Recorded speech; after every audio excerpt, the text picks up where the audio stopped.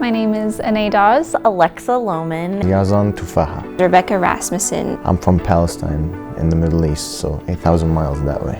I was 17 and I came to BYU and I was moving into a different country for the first time, away from home, and I have grown so much then as a person.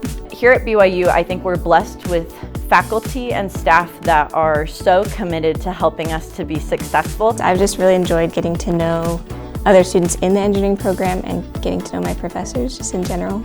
I did some internships at a couple of different companies, but I've decided to go full-time with Cummins. So they're traditionally known as a diesel engine manufacturer. As a Muslim, we share almost the same values as Mormons. And so it was just a no-brainer for me to pick BYU because I can get the culture, well, not the culture, but the values and academics. I'm pregnant, so I'll have 2 babies over the summer, which is exciting. And then I'm also planning on starting graduate school in August, emphasizing in structural engineering.